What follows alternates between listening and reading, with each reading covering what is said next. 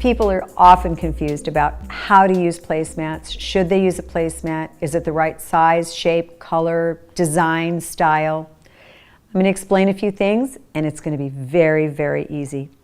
Placemats are great on tables because they define where a person is sitting. It's the space for your guest. The interesting thing is you want to always have a placemat that's going to follow with your plates, although sometimes a round plate on a square is fine. But you don't always need that placemat to be big enough to hold all the glasses, all the silver, or all of the things that you want at that place setting. It's okay if some of your wine glasses or your water glass is off that placemat.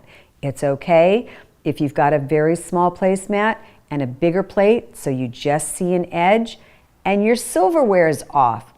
It all adds to the look of the table.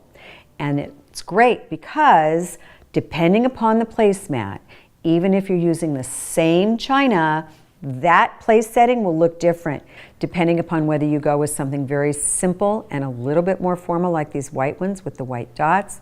If you want to add some color to your table, if you go very formal with these beautiful linen and organza, very casual with this heavy woven cotton, or very, very casual with these great plastic woven ones from Chilwich that you can wash and wipe clean. I use placemats. I don't use a tablecloth. I like the look of a table underneath the placemat. I think it adds to the look of the entire setting. All kinds of options.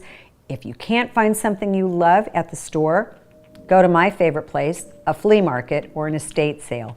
You'll find great things there as well.